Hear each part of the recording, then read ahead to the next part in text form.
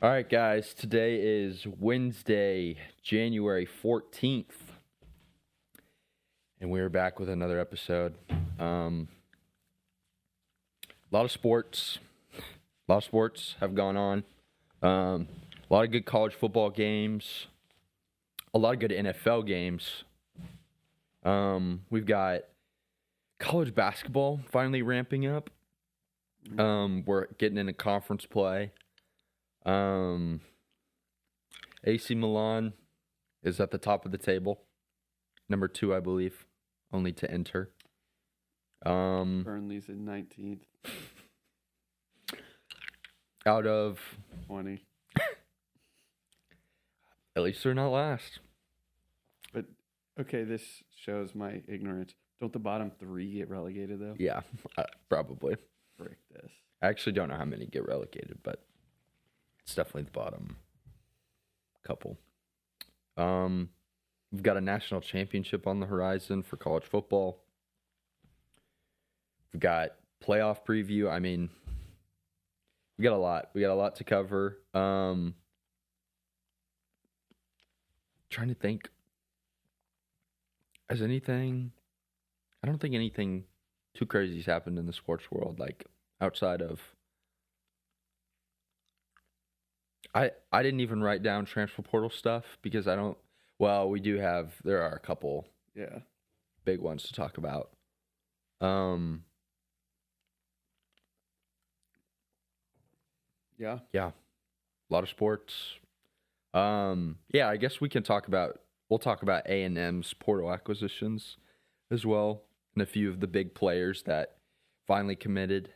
But yeah, anything crazy happen this week? Nothing new. Yeah, I don't think anything with me.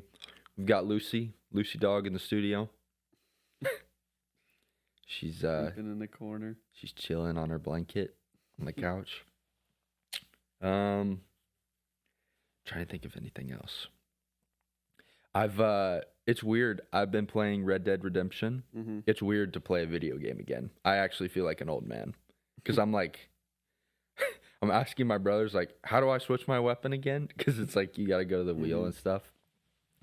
I feel old. I played Rocket League the other day and it was awful. It was so bad. Rocket League is so fun. Let's see.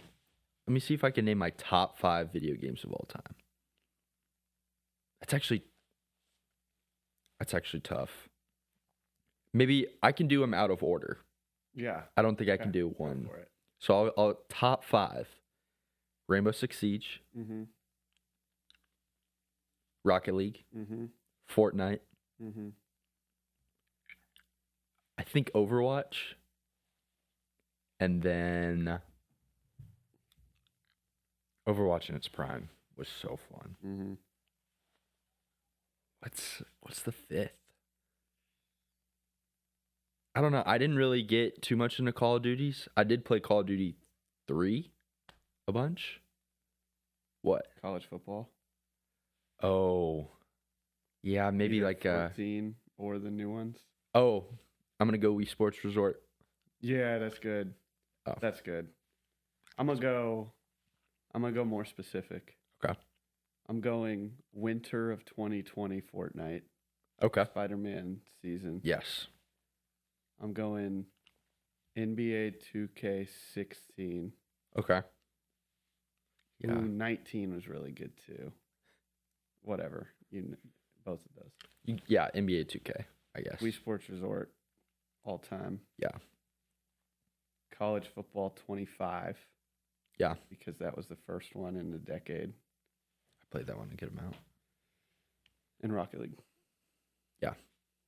Honorable mention. I think it's Mario and Sonic at the Olympic Winter Games 2014. So that's Vancouver. That was good. I played that so much. What's this like ski jump one? Uh-huh. I loved that one. And you could also there was a mode where you could simulate the Olympic Games and you could play I don't even know, it was 2 weeks, and it was each day it would be 3 events and you would try your best and you would get to the end and Yeah, that game was the Wii. The Wii was great. I mean, I remember Halo. playing. It was like NBA 2K11 on the Wii, and I would always pick the Bulls for some reason. Well, it was not some reason. They had Derrick Rose, and Luol Deng was so broken. Oh, I loved that. Those are the good old days. Mm-hmm. Okay. Well, with that being said, we've got some things to do today.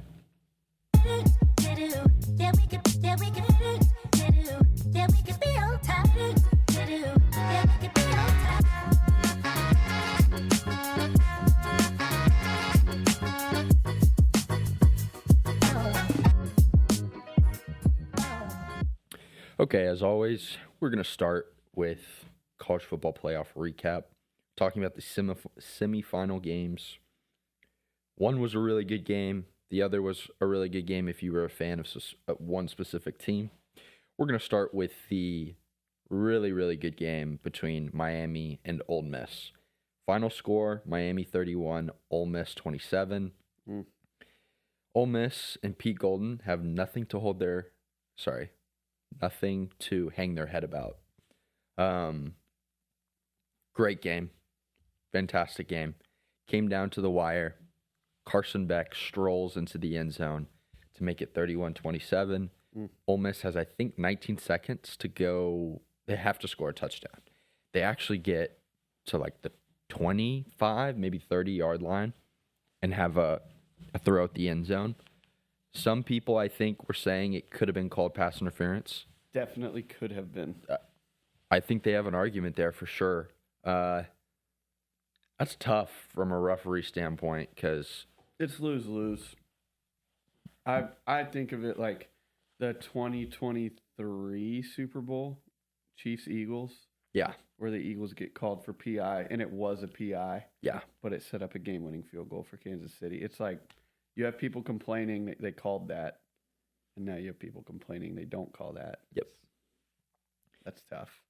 And I think Pete Golden had a really. I think fans really liked his response. College football purists, where he was saying, that's not why we lost the game. Wasn't a missed call, and I do think, if you're putting the game in the ref's hands, maybe something went wrong. But in these it was a close game, and so these penalties, these things that the refs are in charge and they come into play and they become really, really critical. So it's a credit to both teams. Both teams played really, really well.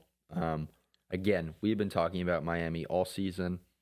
We have never been under the disillusionment that Miami is not a good team. We had them as a number one team for a little while. I think they're a very complete team. Ole Miss also played phenomenal. I want to say Trinidad Chambliss only got sacked like once, maybe twice. And maybe that's a credit mostly to his legs because I actually didn't get to watch a ton of this game. But Miami's defensive line is very, very good. So for them to only allow one sack, I believe, is very, very impressive.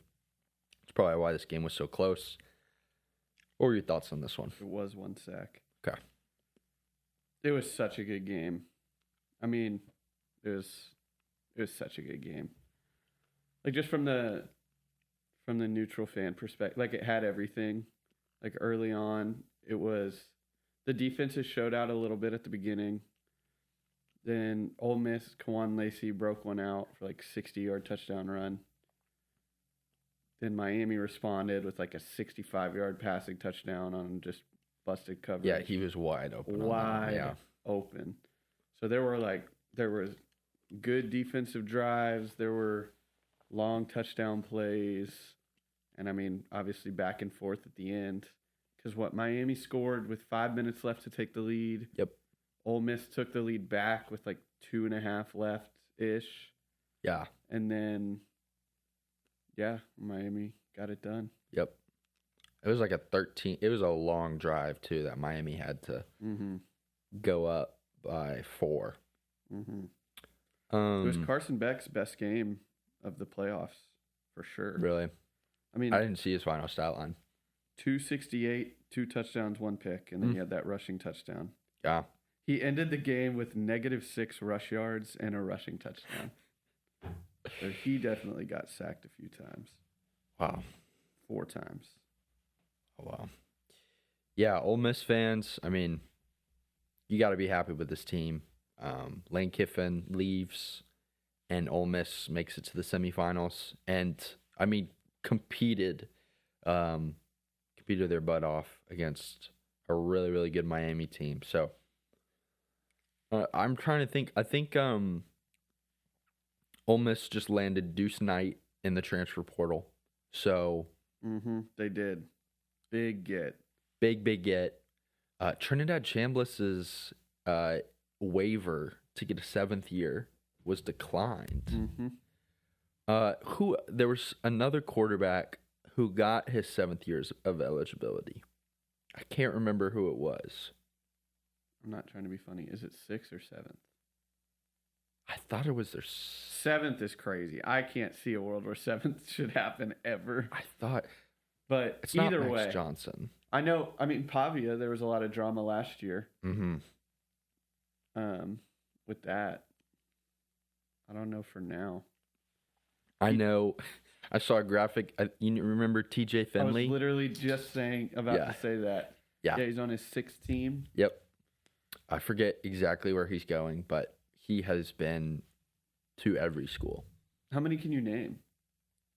Auburn, LSU, I think. Texas State. Yes. There are 2 more that I think I know all of them. Is it Georgia State or Georgia? Yeah, it is. Georgia State? I was thinking Southern, but it's State. I know. I wanted to say Georgia Southern. It's Georgia State. What's the team that he's transferring to? Well, there's one Incarnate more. Word. Incarnate Word. You got all 5. Okay. And now I don't remember where he's transferring to now. Okay. Let me look this up. I can't remember. Because this is the breaking news of the week. TJ Finley. The TJ Finley tour. We messed it up. We're thinking of. He's about to go to Incarnate Word. Oh, okay. God, he's been on 6 teams. This is going to be a 7th. Okay. That's what I thought. So we messed it up because Incarnate Word he's about to be there. The 2 that we didn't name, Tulane, Western Kentucky. So he went LSU to Auburn to Texas State to Tulane to Western Kentucky to Georgia State to Incarnate Word. Wow. That is insane. Shout out Incarnate Word. They're getting a good one. Yeah. Experienced. I'll never forget when he was it Auburn against Bama, and he was hobbling out there. Oh, he was. That was. Was that the 4th and Milrow? Is that game? No. Okay. No. Yeah, I think it was. Yeah, it was a lot. It was years ago because we were watching that game on our phone from Jerry World, watching Arkansas play A&M. Okay. And I think that was Calzada's year. So the year we lost. The 1 year in the last 13 that we've lost that game. The one where he threw the ball off the O-line's helmet. Yep. Yeah. Never forget. I think Tesla for Arkansas went off in that game, if I'm remembering correctly. I don't even. No, because Tesla was last year. Okay. Because he's a rookie for the Lions now. This was his rookie year. Then I don't remember who it was. Maybe it was some tight end. I thought it was a white boy. I don't know. Just goes to show TJ Finley, old as balls. Yeah. Max Johnson, also, he's going to Georgia Southern. Yes, he is. Yeah. He is, I think, in his 7th year. Jake isn't going with him. I know. Jake's saw. Going to Auburn. I know. He might. I mean, he genuinely could do something at Auburn and maybe find his way onto like a practice squad in the NFL or something, depending on how he does. I'm trying to think of there's anything else. Yeah, Miami to the national championship. Somehow that's how this started. Yeah, Miami to the national championship. We would have thought in like week 4. I don't think anyone would have thought going into the playoffs. Yeah. I mean, they almost got left out. Yeah. Some would say that. I mean, it was a shock that they were let in Mhm. the most. To Vegas, it was. Yeah, I mean, The they 10 were. seed. Yeah, they deserve to be there, obviously. Let's move on to Indiana versus Oregon. Final score, Indiana 56, Oregon 22. Fernando Mendoza's final stat line, 17 for 20, 177 yards, 5 touchdowns. Mm-hmm. Yes, the stat everyone's talking about, he has more touchdown passes than incomplete passes in the college football playoff. Yep. This was a route. Oregon made a few mistakes. So Dante Moore fumbles the ball. Dante Moore pick 6 at the beginning of the game. I mean, to start, First play I've again. never seen a team win the toss, defer, and be up 7-0 in 10 seconds. That was insane. Yeah, I think the only time I've ever seen that was in a high school game when we had a dude who he ended up being on the practice squad at Texas, but they kicked off and he forced a fumble, recovered the fumble, and scored it. And then on the extra point, fumbled this, or I guess we went for 2, but I think it was like he was the holder. He took the snap, he fumbled it, and then ran it in so he scored like 8 points and whatever, however many seconds. And he had a kick return. Oh, that's right. And then he had a kick return. Yeah, it was something. It was crazy. It was something ridiculous. I remember I was doing off-season baseball workouts, and obviously small school, so it was at the same time football was working out. He asked me to spot him. I couldn't have done a thing. I stood there, and he was squatting, and I went down with him. I had my hands. If he needed help, he was gone. He was a god. There's not a chance I could have contributed anything to help him get that up.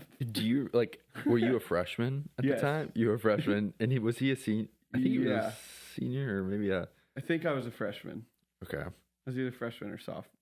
But yeah, I was definitely a freshman. Yeah. That would have been bad. No, he was kind of the legend because we came from a super small school, and so there's 90 kids per grade, and here you have a dude who ends up going and walking on as a linebacker at Texas. I mean, compared to us, he was a giant. Giant.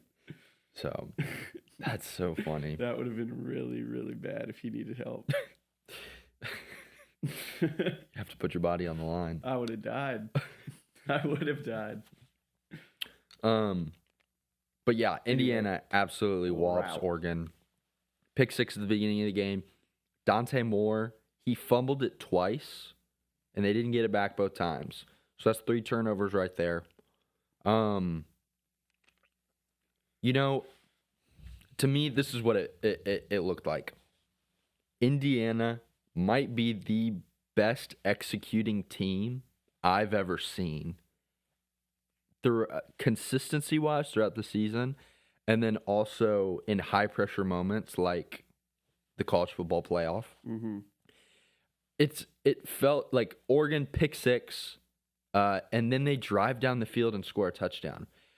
It was like Oregon kept shooting themselves in the foot,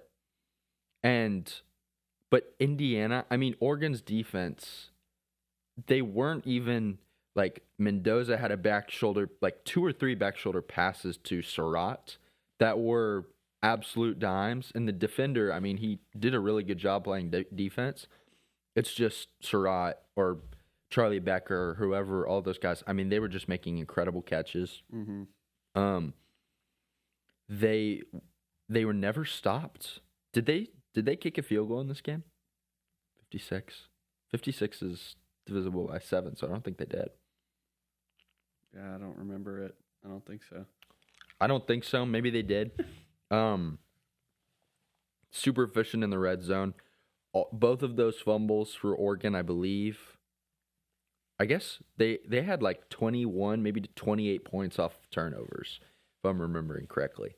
But at that point, Oregon turns the ball over 3 times. If Oregon's defense is able to keep them in the game by stopping and making field goals, I mean, from a Oregon team standpoint, you're telling yourselves in the locker room, hey, we got this. Hey, we made some mistakes, but the defense got our back. It was, was it 35 to, what was it at halftime? Do you remember? Bad. I don't remember it. Okay. I can pull it up. I think it was like 35-7 at halftime. It's hard to go into a locker room and have come out with a lot of momentum in a playoff game like this when you're down 35-7 at halftime. Yeah, it was 35-7. 35-7, okay. And then, I mean, the train just kept rolling in the second half. There was never a single moment where Indiana let up. Execution-wise, I don't think they turned the ball over once. It was incredible. Mm-hmm. What are you? I've had a conversation with people about this. What are your thoughts? I think we've even talked about this, but publicly, what are your thoughts on Dan Lanning? Oh, I think Dan Lanning comfortably sits at the top of tier 2.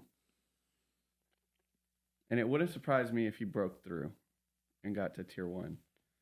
But he's probably the best recruiter, overall recruiter. I don't know how much of that is recruiting, and Phil Knight recruiting. Yeah. But I don't know.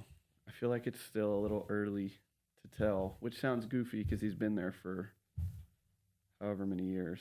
Since what, 2021? Oh, is it 2021? Okay. Because I'm just trying to think when Georgia won the Natty and he was on the... He was a DC. DC. Or did they win the Natty?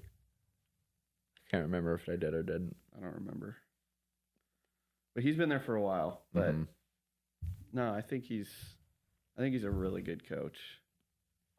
He's in the CEO role. Like, because, I mean, with Will Stein, it's not like he's running the offense. Mm-hmm. And with, I think it's Josh Lapoy, right? The DC, who's now taking a head coaching job. Like, he doesn't call the offense or the defense. He's a true CEO role. So I feel like it's hard to judge how good a coach is when they're in that role because that really hasn't been a thing for super long. Yeah. But I think he's really, really good at what he does. Yeah, I agree. No, I do think my thoughts on Dan Lanning are I think he's a great coach. I think, you run into a buzzsaw last year with Ohio State. But people forget, Oregon beat Ohio State during the regular season. Mm-hmm. That was a great game. It was a fantastic game. But I think it's important to say because, you practice, you put in all this work, you mentally prepare. But at the end of the day, you can have a really talented team, but it's one game, and anything can kind of happen in that one game. And in this game against Indiana, they had 3 turnovers that turned into 21 points. Mm-hmm. And it happened so quickly that as a team, you kind of lose confidence, and it snowballs. And you end up getting absolutely blown out. Mm-hmm. So as a coach, obviously you're trying to stop that, find ways to stop it. And if you don't, you're going to get criticized for it. But still at the end of the day, when you look at a 1-game sample, I think you can be very, very critical of Dan Lanning when you look at the Indiana game, when you look at the Ohio State game last year. But he beat Ohio State. Mm-hmm. So they split it 1-1. It's just the game that they won happened to be regular season, not as much on the line, and game 2 was under the big lights in the playoff. So, and yeah, I get it. those, you got to show up in big games, but I don't know. There's only so much that they can ultimately control. So I think he does a really good job at being a CEO, like you were saying, putting the right people in the spots to help them have the best possible chance of winning. It's going to be interesting because we'll have to reload with OC and DC leaving, and that's not easy. And did you see they have their new quarterback? Yes.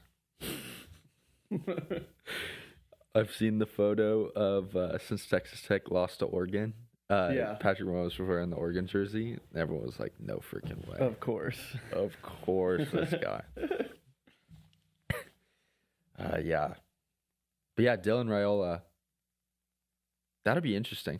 I don't think he's that good. I know that's the thing is like, he's been at Nebraska. I haven't really watched him a ton. I feel like he's done pretty good, but I mean, this is a lot different. He's gonna have a lot of weapons around him.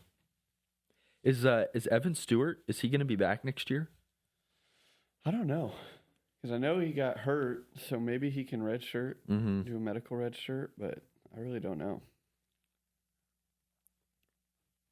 Do we want him back in A&M? I don't think we. Nah, we fine. We'll talk about. Stay on that side.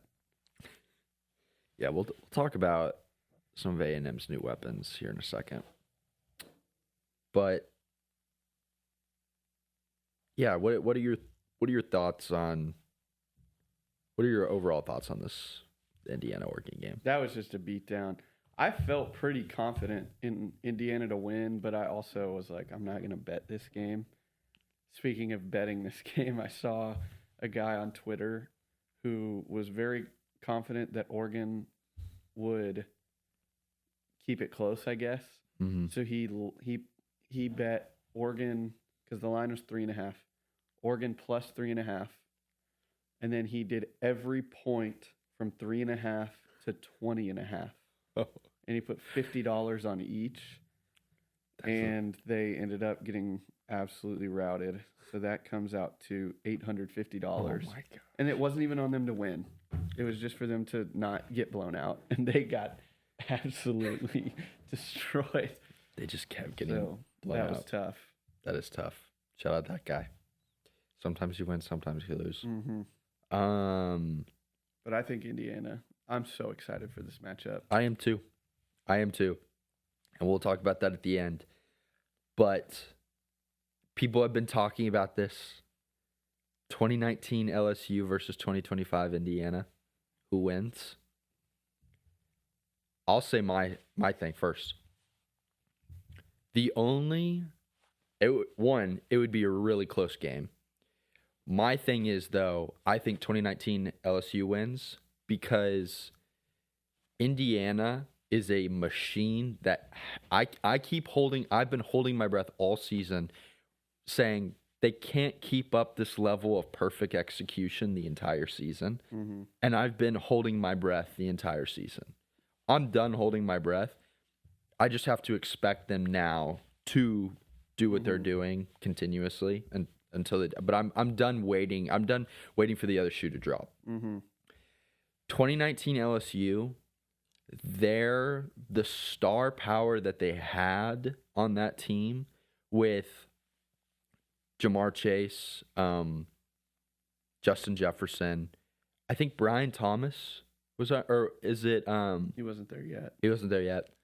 It was Thaddeus Moss at tight end. Who was the? Clyde Edwards-Helaire, running back. Hold on, I need to pull up because there was another. Oh, Terrence Marshall. Yeah, that's what I'm thinking of. Terrence Marshall. 2019 LSU roster.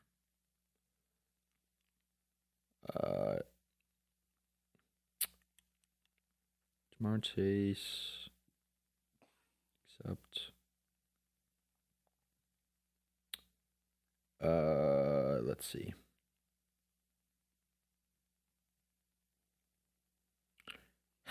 John Emery Jr. Funny enough, we played him earlier in the season. UTSA. Let's see. Yep. Terrace Marshall. He was a sophomore. And then I guess on the defensive side, Grant Delpit, Chase On, Derek Stingley, Patrick who I Queen. will talk about later. Not to mention Joe Burrow, obviously. Yeah, my thing with that matchup, and obviously it's all hypothetical, so people could argue forever. Like 2019 LSU, most talented team ever, just the stars, like you were saying. It is a different era though. Like now, this year's Indiana. I mean, I have zero evidence to back this up, but among like starters and maybe rotational guys, their average age of player has to be like 23. Like they're an old team. They are. Which, I don't know. That makes things interesting. When you have a system that's just executed perfectly, snap after snap, game after game, you have all these super experienced guys who just will run through anybody. Yeah. Versus a team that, I will say too, how about this? 2019 LSU should have lost the game. Which game are you talking about? I was watching a video the other day, and they were interviewing, I forget who it was, but he was a starting offensive lineman on that 2019 LSU team. And he was talking about how, like, he was kind of joking, but he's like, I'm really glad people don't remember our regular season matchup against Alabama, where we should have lost.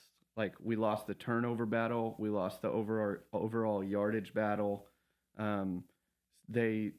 Their game prep was perfect. They were calling out our plays before we run it.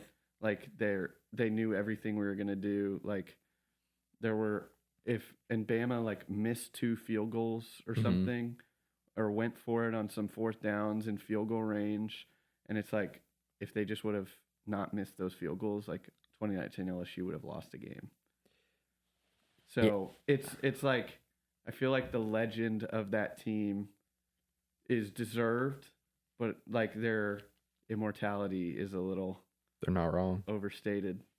They're not wrong. And that was an LSU guy saying that. That was a starter for that team. They also beat Auburn 23-20. They beat Alabama 46-41. I will say about this 2019 LSU team, their defense was not as dominant as Indiana's has been. Yeah, their LSU's offense was kind of the thing. It was just like they can just kind of do whatever they want on offense, and as a defense, haven't been able to stop. But their defense, I do remember the Texas game. I mean, I was a Texas fan at the time. Texas was close. There was like a 3rd and 17 that got converted, and that was kind of the nail in the coffin. It would be, I think it would be a really close game. That's where I'm at. Yeah. Remember a couple of years ago, it was Deion's first year at Colorado, also Shedeur and Travis's first year at Colorado, when they started 3-0 and beat TCU. And the talk was Colorado versus 2019 LSU, where Colorado went on. They started 3-0. They finished like 4-8. Were people really saying? Oh my gosh, yes. Were you on Twitter at that point? I don't know if I was. Dude, I don't remember that specifically. Was unbelievable. Let's see. That was, I think, 2022. I remember that TCU game, and I remember them winning, and it being like I remember people blowing that out of the water. I found it. FanDuel Sportsbook, who has almost 500,000 followers, like a big-time account. 2023 Colorado versus 2019 LSU. What would you set the line at? The comments are... Yeah. They're so good. What? The comments are so good. What? 52-17 LSU at halftime. LSU minus 42.5. No, I don't think, throwing them in the same conversation is like blasphemy or anything like that. I just personally, that offense. I have some breaking news. What? So this is if you're ready for it, a kind of a segue into transfer portal. Okay. The big news from this week: Sam Levitt commits to LSU. Yep. Number 1 quarterback in the portal, big time. Breaking news: Hassan Longstreet has also just signed with LSU. Interesting. I didn't know. I saw someone saying that before, I guess it was official. I think they were just, being a whimsical fan that were just like, saying things and hoping that it happens. What's with he's taking the Michael Van Buren approach, I guess. where you back up to somebody who you would think is going to be the starter? Huh. That's surprising to me. That is surprising. Because, the whole reason that he flipped from, not the whole reason, he's from the LA area, but the reason that he wanted to go to USC is because Lincoln Riley had offered him a shot at immediate playing time, which obviously didn't happen. And so now he's just going to go be backup again, I guess. Or have a, compete for the starting job. If you're listening, I have air quotes. Because, I would assume Sam Levitt is going to start. That's crazy. That is. Also, other news, Cam Coleman, number wide receiver in the portal, commits to Texas. Mm-hmm. The fan engagement, so I have been on Twitter for a little while. Mm-hmm. The back and forth fan engagement on the Cam Coleman sweepstakes was very fun to watch. Because the players for Cam Coleman were all the big names in the transfer portal. You got Texas Tech, Texas A&M, Alabama kind of emerged there at the end. I think those were his big ones, if I'm thinking correct. I can't remember if he went on any other visits. Maybe USC was a potential visit, but I don't even think he went out to USC. So, you had basically everyone being like, I kid you not, I saw like 5 different commitment graphics that had to been made with AI or something, where it was like, Cam Coleman is committed to Texas Tech, Cam Coleman is committed to Oregon, Cam Coleman is committed to Georgia Southern. It was Incarnate just like word. Incarnate word, yeah. All of these, and of course you had Red Raider fans being like, we're getting like, he had such a great steak at the steakhouse. Yeah. Like, he sold.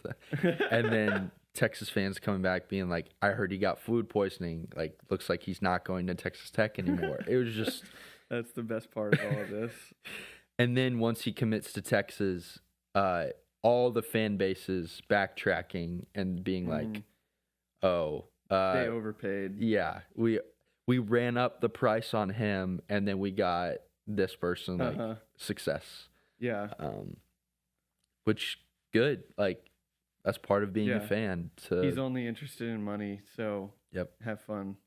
It's like, bro. Exactly. So funny. I love this part of this year. It's so fun. But Cam Coleman commits to Texas. And I don't know if we've talked about this on the podcast, but we've talked about this personally. Texas seems to be taking a very, like, we're going to get the biggest names in the portal.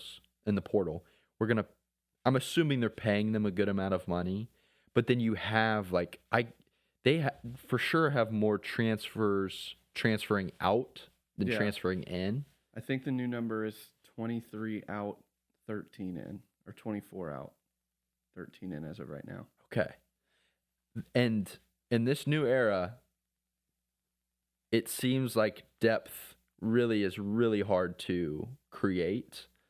So it seems like Texas is just kind of really going the other way of depth and just saying, we're going to put the 22 best players in the country on the field, and the backups are going to be rotational players to give them rest, which you just hope that the players that you're paying actually produce on the field, and then also you're just going to hope for not a ton of injuries, which I'm sure they have a plan more than that, but it really does seem like they're paying a premium for the best players. And, I don't know. We'll see. I know I've heard a lot of conversations about, will you want to draw your offense around players, not plays. And Texas is taking that to the extreme and saying we're building our offense on players, and I don't know. It's going to be so interesting how that works this season. But I mean, I think Arch Manning is again going to be the favorite for the Heisman Trophy. Texas is probably going to be like top 3 in the preseason rankings again. It's we're going to run it back again this year. Arch Manning will have a lot more experience under his belt going into next year. He will have again a lot of weapons, but he had a lot of weapons last year. So we'll I'm interested to see if how the experience goes and if the offensive line can get better. Yeah, we'll see. We will see. Texas A&M portal acquisitions. Isaiah Horton from Alabama committed to A&M. That one got me excited. That one also got me very excited. The timing was perfect too, because everyone wants Cam Coleman. Like I'm not gonna be like I don't want. I'm not like those people on Twitter. Like, oh, we were just driving up the price. But the timing was perfect because you miss out on the number 1 receiver in the portal. As a fan, disappointed to hear that. And an hour later, we got the number 2 receiver in the portal. So I slept just fine that night, feeling pretty good. Yeah, about heading into next season with the wide receiver room we currently have. It's a fun one. It is, and it feels. Casey, I love you to death. You did absolutely everything and more we could have hoped for. I am not complaining about him at all. But it's like it feels like a more like well put together room. Just in terms of like size, different types of receivers. Diverse. Or just like conventional. Yeah, traditional, Like we didn't really have that big body wide receiver, that true X receiver this year. But having, 6'4", 210 coming in or whatever he is, and he can be on the outside with Craver in the slot, cycling in Bussy, ABR, Jerome Miles backing up Horton, Aaron Gregory coming in, Madden Williams coming in, Jayden Warren coming in. Feel good. I feel really good about where we're sitting right now. I feel really good in that room. It's so strange because this year was a surprise from the wide receiver room because we brought in Casey and Mario, but A&M has not had. We've had talented receivers, but we haven't had like an offense centered around our receivers being elite. So this year was a surprise. Going into this coming year, it's a very weird thing being like our wide receivers are a strength, or we're a strength this last year, and we're keeping a lot of the guys that we had, and then we're adding a guy who was productive on a different team at his position. So you feel some level of confidence in his ability to perform. And then you got new guys coming in. You got a freshman in Jerome Miles, who 5-star, was injured all of last year. So, he's going to be prepping in the off season. We'll see how much he contributes to this year, but it's a well-rounded. You got some talented freshmen. You got some transfer portal guy who's a veteran. You got Mario Craver, who played last year, was a star for A&M. ABR kind of emerged. It's very well-rounded. It's fun. Picked up a couple interior defensive linemen. Sorry. Thank you. In CJ Mims and I forget the guy's name from Illinois, but yeah, Illinois guy. And Brandon Davis Swain from Colorado. Oh, yeah, maybe I saw that. We talked about him last week. Okay. He was He's last been- week, but he was one of the bigger D-line guys we got. We've already, talked about. I'm trying to think of new portal acquisitions. Let me pull it up real fast. Okay. I think I did see that we're kicking the tires on Justice Haynes from Michigan. Yeah, a couple others too. Michigan Michigan State. State's running back. I know there was talk of the Baylor running back. I don't know if he's committed or not. I haven't seen anything. This is so hard to keep up with.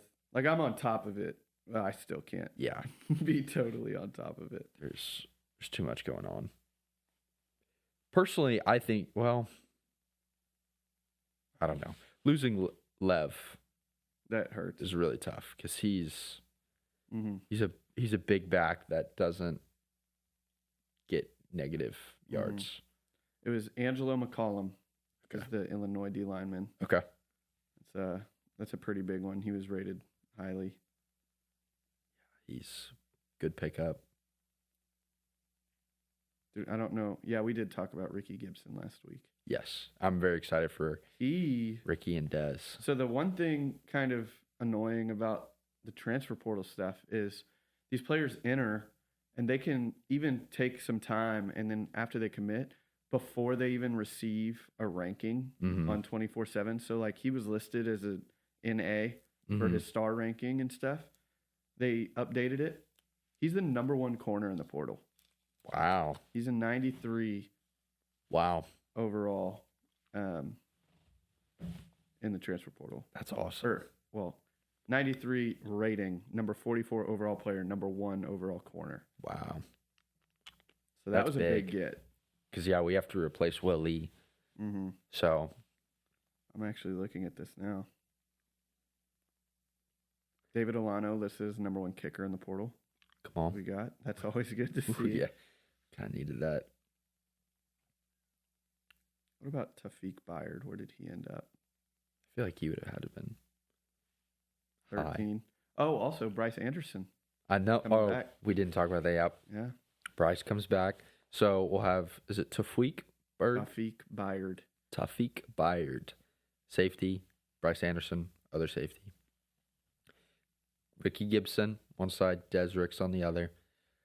With Tyreek Chappelle out, I don't know who our slot guy is going to be. Well, I don't know. Because he was nickel, so I don't know. Or nickel. They might put Bryce at nickel. He's played nickel part of his time at A&M. Okay. But Jordan Shaw is also getting some love. That's right. Yeah, he played, honestly, I think he played in the Miami game a lot. I'm pretty sure I saw I him remember. in the Miami game a good amount. But yeah, it makes me excited for next year. Again, we've talked about Marcel. If Marcel can get more accurate, I don't know, maybe put on a few more pounds so he can throw the football a little bit with a higher center of mass, if you will. Mm-hmm. I think we're gonna be fine. Mm-hmm. No, I think so too. What were you? I was gonna say I'm slow because I'm going player by player right now. Wilkin Formby, the lineman from Bama, also got his official rating. Mm-hmm. Number 6 overall offensive lineman Wow, in the portal. that's good. Verified 6'7", 324 pounds. Jeez, golly, that's a big guy. I saw the Colorado offensive lineman Seaton. I think Jordan Seaton. That's been some drama.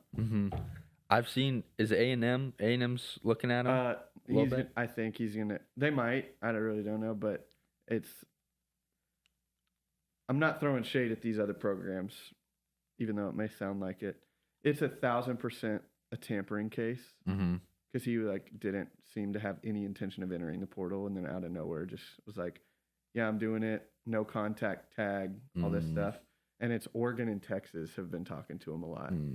Okay. So those are definitely, I think, the two most likely. Okay. But did you see the drama surrounding that, other than what I just said? So he talked to the Colorado media team. He said, could you please make me like a video, like a highlight tape to music, like the whole edit thing, to announce my intention to return, like that I'm re-signing. And they were like, of course. So he made these like poor student interns spend hours making a video for him under the impression that it was to announce his return. Mm-hmm. And then they sent him the video. He said, "Thanks, I'm going to post it now." He posted it and said, "I'm officially entering the transfer portal." He hadn't told the coaching staff. Really? He just, yeah, it's crazy. Wow. Man, what a world. So that's been a bad look on him the last Well, few we know days. Hey, I don't care that if he wants to come to A&M, I'll take it. Is it Damon Wilson from Missouri? Yeah. Did he commit? I don't think he's committed. Okay. That would be Portal. That's a big one. that would be a big one. I know I think he had drama because he was at Florida and then committed to Missouri. Mm-hmm. And then there was, I forget what the drama was, but I think it was straight up. It was payment structure. It was like, you said you would pay me more. I'm gone. And then he went to Mizzou. gotcha. I think he may have took money too. I don't want to. Oh, yeah. And there was like some buyout where if he decommitted or flipped or transferred, he had to pay some back. And Florida was And like, he was give like- her money. And he was like, no. Yeah. But I mean, he's a beast. So I do think, I mean, we've probably, having an edge like that, He is not committed. it would help us replace Cassius. There's still a lot of good edge rushers out there. The number 2, 3, and 4 are all uncommitted. Who's 2? Damon Wilson. Then, sorry, who's 3 and 4. These guys are brothers. Mandrell Desir from Florida State okay? and Daryl Desir, also from Florida State. They've got to be brothers. Man, twins maybe? I don't know. I guess they could be different ages. They're both from Miami. Uh-oh. Welcome to the Hurricanes. Crap. Miami's just gonna reload. Okay. You got anything else? Transfer portal? Don't think so. Any of that stuff? Okay.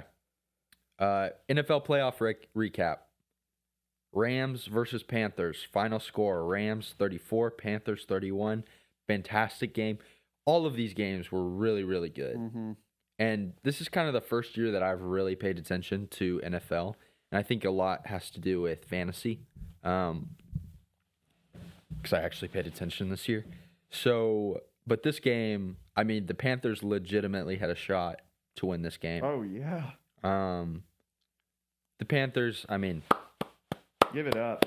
they need an ovation for Bryce Young for dealing with all that he had to deal with for the past however many years. Panthers, they made it to an NFL playoff game and they almost beat the Rams. I know there's no moral victories, but this is a moral victory. It is. That Panthers fans need to And it's celebrate. It's deserved.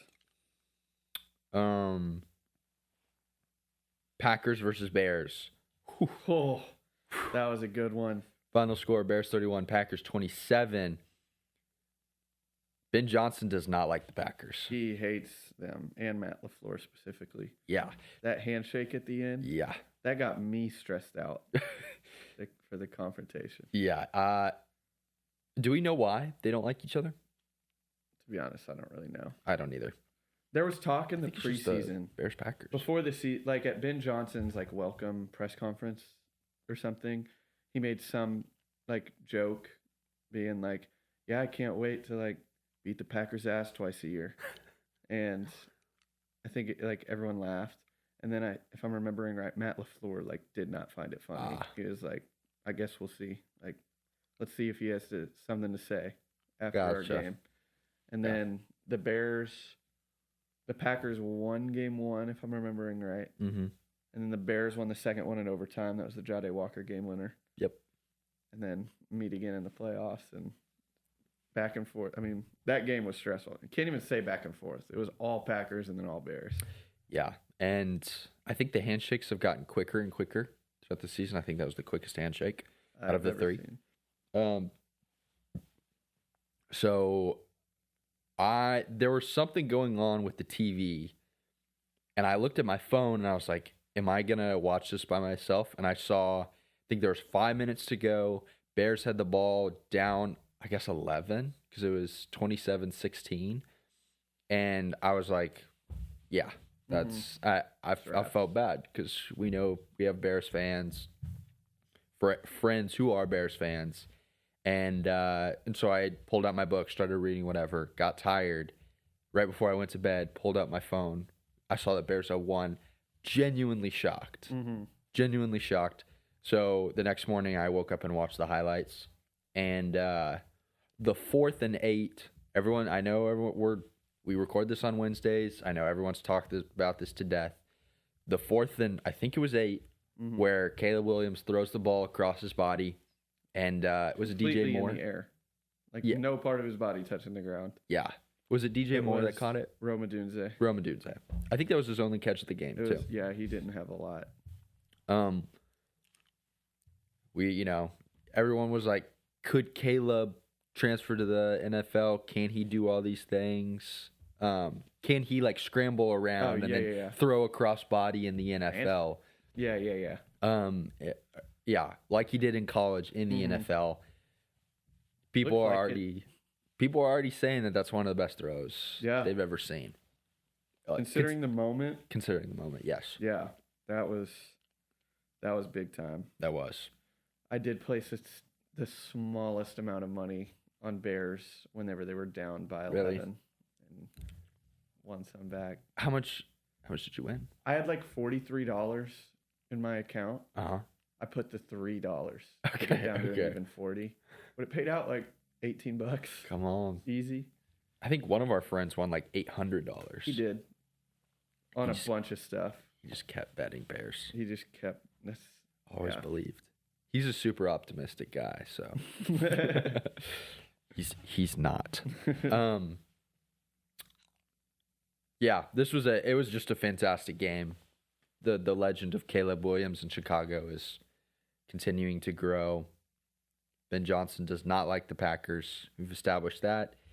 And Matt LaFleur, is he going to? What do we think? Have they announced anything on if is his job in jeopardy for this season? To be honest, I don't really know. That's the thing. I don't follow the Packers enough to know. Yeah, we gotta ask your cousin. Yeah, Packers fan. I get why people would want him gone. They've only ever been the 7th seed under LaFleur, and they haven't really gone anywhere. I don't know. Okay, Bills versus Jaguars. Final score, Bills 27, Jaguars 24. Another great game. This was the morning game on Sunday. I'm cheering for the Bills. We've already done the bracket, and I have the Bills going all the way because I want them to. Josh Allen, I think his stat line was I believe his stat line was really, really good. He and the Jaguars, nobody thought that they were going to be this good going into the season. So I know you were happy. I'm the biggest Jag hater in the world. I hate the Jag. But yeah, no one thought that they were going to be there. They got a home playoff game. And Bills score. I believe, I can't remember how much time was left, but Jaguars, they have a chance to march down the field, score a field goal, move it to overtime. First play of the drive, ball's tipped up in the air and intercepted.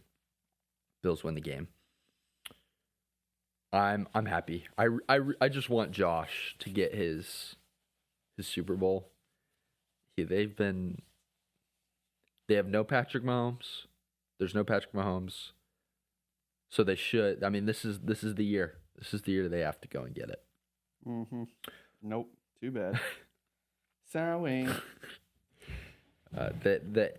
Is it AFC? AFC Championship game is going to be whoever went. So no, we got to save that. I can't talk about that. Okay.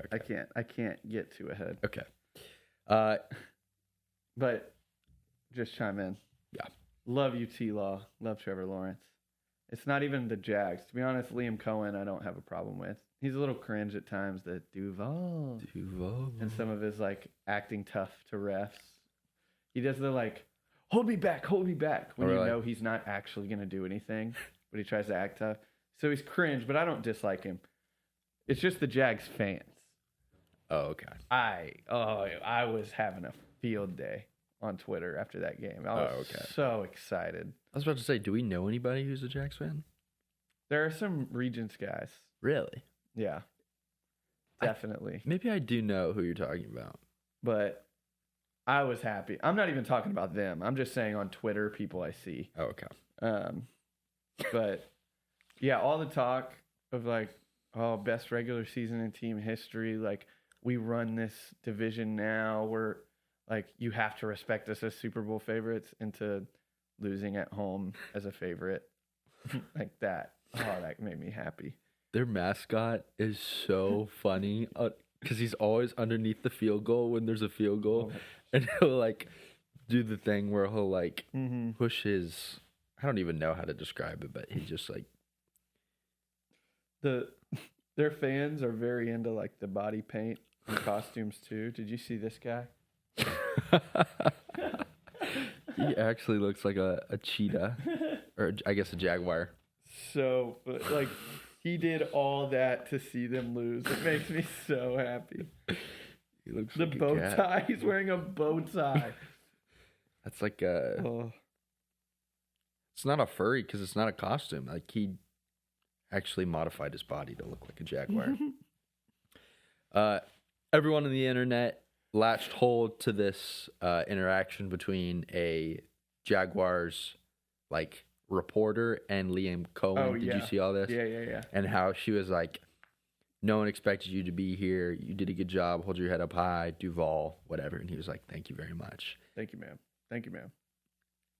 Everybody went to, all the big J journalists went to their journalistic handbooks, and they all were showing everybody on Twitter of saying, you're not supposed to do this. You're supposed to be impartial. Can't say nice things. You can't do these things. Two things can be true. One, you should remain professional in a press conference and probably keep that stuff to a minimum. Also, though, like, she's just trying to be nice. This guy loses a playoff game. Obviously, this is his job. This is what his whole life hinges on, is winning these games. He, probably feels like he let the fan base down. I don't know. He's sad for all these fans. He goes into this press conference. Most of the time, what you do is you get up and then there's a bunch of news reporters in there who are trying to make stories on, how frustrated they are that you lost them a game. And this lady comes in and says something nice. Two things can be true. Let's come on, guys. It is. That was a little ridiculous. Come on, guys. The one thing that I do have to hate on is that the Jaguars as a team are now making merch based on that interaction. Oh, really? They're selling T-shirts with her like, "Keep your head up. You're the one. Oh, really? You got this." That's so cringe, dude. Interesting. Okay. That's too much. Yeah, that might. I don't know. Yeah. But I'm with you on the interaction where I'm like, hey, every once in a while, it's not a bad thing. Yeah. But because it was a whole thing. Like Pat McAfee covered it on his thing. Yeah, and what's ridiculous is like, 95% of reporters who cover one team and have been for a long time, they are fans of that team, and they have to pretend like they're not. Mm-hmm. So like, if one, like, be honest, no discrimination. It's an old lady. She's obviously been doing it for a while. Mm-hmm. Like I think she covered them for 30 years. Yeah. One old lady, like, lets her fandom out for a second in a like encouraging way, and you have all these people who think the same thing as her, but have to pretend like they don't. It's like, you're so facetious. You're just lying. And maybe the Duval or Let's Go Jags, maybe that like crosses this more journalistic ethical line of you have to remain impartial. And if you keep it more of like, you did a good job, you did a good job for the city and whatnot. Maybe if you keep it more in that lane, maybe you don't have a bunch of, really, I'm not going to say uptight, but I'm just going to say by the letter of the law journalists, you won't have them being this mad because people do this all the time. I think this one, maybe for some reason it crossed the line that a lot of journalists have for their job. And so she kind of got crucified for it by some people, and other people came to defend her. So what is her name? Is it like, I don't know, to be honest. It's like Lion or like Jaguar. Madam Jaguar. Madam Jaguar, you can come on the podcast and talk about your Jaguar. Actually, will you allow it? It has to be. It can't be after a Texans loss, though. It either has to be within the next, between now and Saturday. Okay. So I can still talk trash as a Texans fan. Okay. Or if we beat the Patriots, then it can be next week. Okay. You might get mad at her for if she shares her opinion. I'll fight her. I'm not scared. You might throw the handbook, the journal. Yeah. Journalistic handbook at her. Yeah, I would change everything I just said. That's weird. Hate. We would have her on, and we'd be like, "This is a safe space. You can say whatever." And then she would start talking, and I'd be like, "Just kidding." And then you can't do that. And then we would clip it. You call yourself a professional. We would clip it all out of context. We would get her fired for sure. Mm-hmm. You would get her fired for sure. Oh yeah. 49ers versus the Birds, aka the Eagles. Final score 49ers 23, Eagles 19. Man. I didn't really watch it. Rip George Kittle, man. I know. That's so sad. So sad. I did watch this because, you were at a dinner, weren't you? Mm-hmm. Yeah, I was sitting at work, so I watched most of it. The 49ers have somehow pieced together this season with all the injuries they've sustained, and they're in the divisional, which is incredible and should be I forgot the word I'm looking for. Should be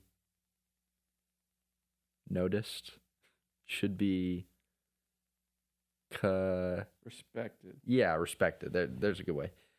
The Eagles, on the other hand, they fall short. I believe they were on the drive. So, was it the Christian McCaffrey touchdown, the trick play, that put them up 23-19, or was that earlier in the game? To be honest, I don't. You couldn't tell. Okay. I couldn't tell you. I can't remember. No, it wasn't, because I believe someone ran like either a slant route or like a dig in the end zone, and Brock Purdy hit him for a touchdown. I think the Christian McCaffrey touchdown was earlier, but the Eagles go on a long. They're trying to get a touchdown. A.J. Brown drops like a third down pass. It was pretty tough. Also, Nick Sirianni got really mad at A.J. Brown in the middle of the game. He's gone. Not Sirianni, A.J. A.J. I mean, there's been discourse about trading him for a while. Okay. He's got to be gone. I mean, plus he didn't speak to the media afterwards, which I would do every single game if I was a player. But yeah, 49ers defense come up big. They stop the Eagles from scoring a touchdown. The 49ers are going on to the divisional round. Congratulations to the city of San Francisco. Congratulations to our 49er friends. Mm-hmm. Yeah. Chargers versus Patriots. Final score, Patriots 16, Chargers 3. Patriots defense. It wasn't a bad game. It was 6-3 at halftime. The Patriots defense just suffocated Justin Herbert and the Chargers. Yeah, well, yeah.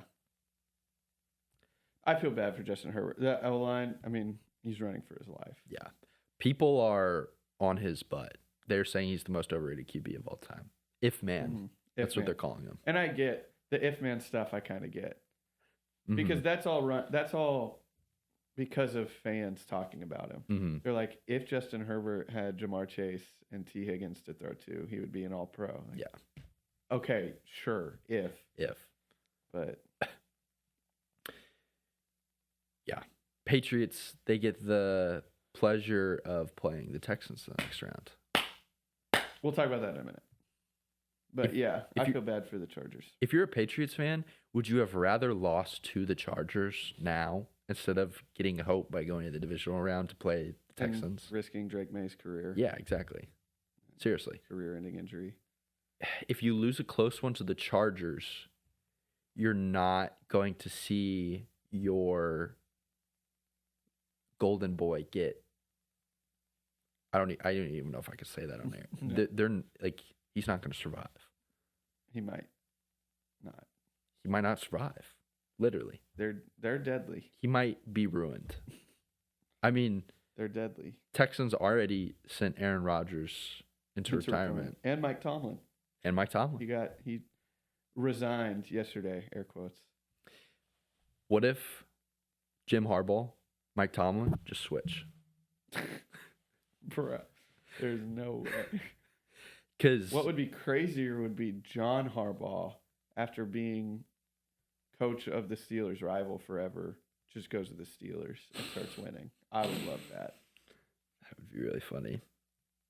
Because, yeah, I saw the Ravens, I think it's either the owner or the general manager, was asked in a press conference of if Mike Tomlin, would you hire Mike Tomlin or something? And he was like, he resigned or whatever. And they were like, yep. And he was like, that would be awesome. So maybe it could happen. Texans versus Steelers. Here we go. Final score, Texans 30, Steelers 6. You already know what I'm going to talk about. I'll let you have the floor. That defense, dude. I know we've been talking about him for months now. It's unbelievable. First stat. The Texans' defense outscored the Pittsburgh Steelers. Yeah. If you took away the offensive scores from the Texans, they still win 14-6. Yeah. Like, they allowed 153 total yards in the game. That's insane. They had 3 takeaways, 2 touchdowns scored, 4 sacks, 12 QB hits, 7 TFLs. That DB room, it was like the only receiving yards, I think, came in zone coverage. Okay. So in man-to-man, it was like Stingley allowed 0 catches, 0 yards. Same exact thing for Bullock, Petrie, Lassiter. It's like they're unreal. But that's insane. I'm feeling good going into this next game. This can be our quick little segue into the next games. But first I do have to say, like, that was CJ. That's the nice part about this defense being so unbelievable. That was CJ. Maybe not statistical worst game of his career. It's the worst game I remember watching of his. Yeah, because he dropped 3 snaps. He 2 or dropped 3. 4. Oh. He only lost 2 fumbles. Okay. And he threw that pick that was bad. Yeah. But he had 3 turnovers, 5 potential turnovers. Worst game I remember seeing him play in, and we won by 24 points. It's just like Christian Kirk expect more legacy from him. game. Yeah, seriously. Good call out. Christian Kirk, Stephen A. Oh my God. That I was literally I was at work when I saw that, and there were tears coming out of my eyes. Like, I was crying. If you don't know what we're what we're talking about, look up Stephen A. Smith, Christian Kirk. Yeah. But anyway, a little slip. Also, Christian. Yeah. Also, Christian Kirk, we do have to talk about 144 yards and a touchdown. So so we traded for him this preseason. He really did not seem to pan out. He had some injuries, so he missed a good amount of games. But across the entire regular season, he had 238 yards and 2 touchdowns, I think. And then in our first playoff game, 144 and a touchdown. So, thank you, Christian. Thank you, Christian. We are Christian.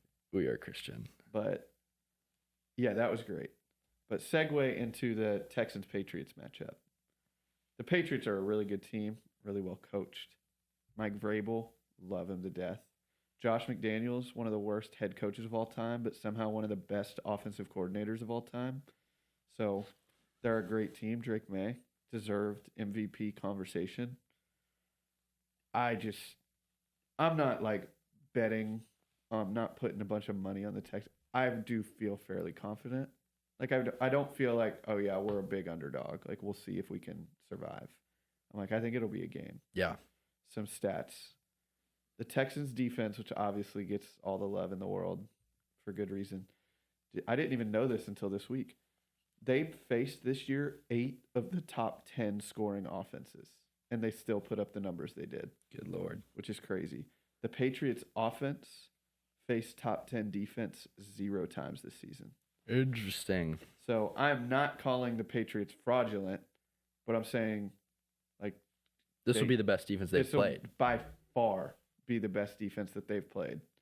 So I think it makes for a really good matchup. I do too. And I'm very excited to see how this goes. I like those stats. Yeah. So do you think that the cold is going to have anything to do? Not that much, I don't think. I mean, the only one I could see it affecting is CJ. But you brought this up. I brought it up. Mm-hmm. You said he played at Ohio State. I completely forgot about that. So yeah, he's played in the cold before. The defense, I mean, you know the term defense travels. I trust this defense to play well in any condition. But I don't think it makes a huge difference. And honestly, I feel like it might almost, in a way, it might benefit the Texans more with how good their defense is in getting into a low-scoring rock fight. Yeah. Because I can just see them holding them. I don't know. We'll see. Again, I'm not like, it'll be fun. Oh, we're going to blow them out. Like, I think it'll be a good game. But I feel like the Texans have a good shot. Definitely. With that defense, I think they can keep them in any game, no matter what offense they're playing. Okay, do you want to do the other 3 divisional round games, or do you want to just go, we'll leave that to the end, and we'll go college baseball? Let's do the other games. Other games? Okay. I already talked about one of them. Okay. So just talked about Texans, Patriots. Let's go Bills, Broncos. Mm-hmm. You know who I want to win. Joshy. Is that who you think will win as well? To be honest, I haven't paid attention to the Broncos enough this season because I didn't have anybody on my fantasy team that was a Broncos player. So I actually don't know a whole lot other than the Broncos got the first round bye. So I know that they're good, obviously. You would have to educate me on this matchup. The Broncos have a really good defense, and their offense is questionable. Okay. It's kind of crazy. The Broncos are the 1 seed. Bills are obviously the 6 seed. It's in Denver, and the spread is Buffalo -1.5. Wow. Buffalo's favored. Well, and I know Buffalo's defense isn't anything to write home about. Mm-hmm. So it's going to be a questionable Bills defense versus a questionable Broncos offense, and then it's strength versus weakness both ways. Yeah. Wait. Or it's strength versus strength, weakness versus weakness. Yeah. So I'm not going to change any of my bracket. Well, I can't, even if I wanted to. I'm just going to run with my bracket and say Broncos because that's what I said originally. To be honest, I kind of would like the Bills to win because if the Bills and the Texans win, that means the AFC Championship game is in Houston. Oh, okay. That would be cool. The Texans are the higher seed, which would be fun. It would be the first AFC Championship appearance for the Texans ever. Would you go to it? Depending on prices, yeah, I think I would. I low-key might even go and cheer for the Bills. I would cheer for the Bills. So I would not but I would go with you. Honestly, I would go and... Like, I want the Bills to win, but if the Texans win, it's not like I would be upset at all. So I would honestly probably wear Just wear blue. It works for both Yeah, teams. maybe I would wear like. Would it be weird if I showed like Astros? Like I'm wearing an Astros thing. Nah. You can Something do that. Houston. Yeah, Houston. Maybe kind of weird, but I would actually consider going to that because that would be just a good game. Plus, I've never been to an NFL game, so that would be a good one to go to. Go to the AFC Championship. We'll see. Why not? But yeah, I want the Bills to win. You picked the Broncos to win. We have a friend who's a Broncos fan. I mean, if the Broncos win, I would be happy for him because he's been through hell.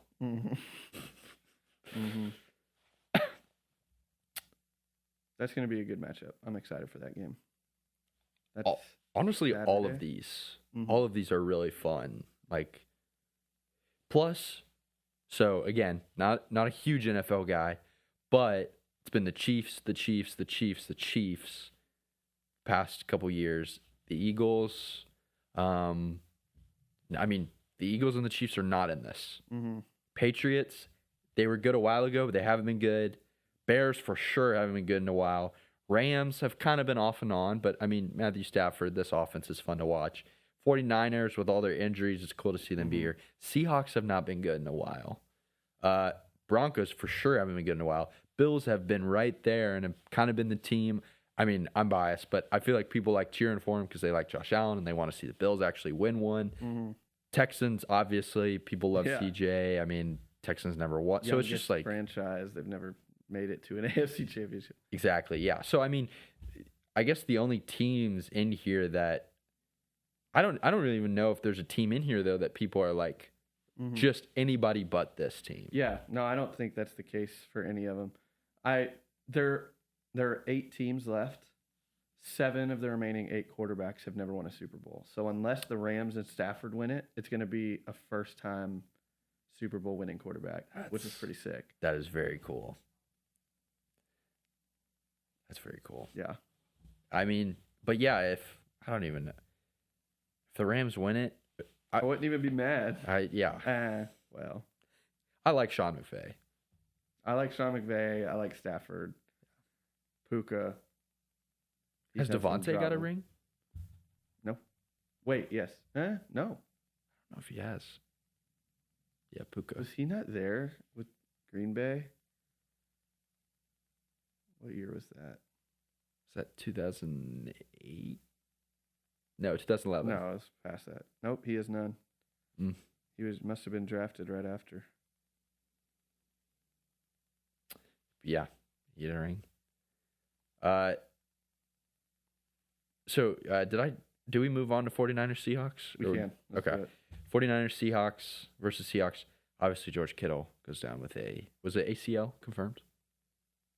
Achilles. Worse. That's even worse. The Seahawks, again, I haven't been paying attention. I did watch, actually, was it the Niners Seahawks game that was the crazy game? Is that the one? Yeah. It was the game where the 2-point conversion was like it was a lateral that became a fumble that someone picked up. That was Seahawks Rams, I think. That was Seahawks Rams. Because Seahawks Niners was week 17, and it was for the 1 seed. It was a really good game, though, right? It was 13-3. Oh. Seahawks Rams is the one that went to OT. Okay. Then, yeah, I'm mixing them up a little bit. But I guess this is a rematch of week 17. They won't have George Kittle. What did I pick? You picked please Seattle, I believe. Okay, good. Please, God. Nope, you picked San Francisco. I genuinely, I don't remember picking San Francisco you be the Eagles. Yes. Wait, hold on. Yeah, you have San Francisco losing to the Rams in the NFC Championship game. Genuinely, I have no memory of ever choosing the 49ers to beat the Eagles or the Seahawks. It feels like a different person chose that. But yeah, go Niners, maybe. Been riding with them all season. Yeah, you were at work actively cheering for the Eagles. Yeah. You picked them. Yep. And then I checked and I was like, dude, pick the Niners. I don't remember choosing the Niners. But also real quick, I don't think we actually said this. Oh, yeah. We both went undefeated in the wild card round. Undefeated, never lost. We got every game right. Yeah. I mean, Dang. light work. I'd like to thank God. Mm-hmm. I'd like to thank my family. Mm-hmm. It takes a village to do these great feats, and I couldn't do it without the people, these good people that surround me. Anyways, Seahawks defense really, really good. 49ers, they don't have George Kittle. Do you know what the line is? I can find out pretty quick.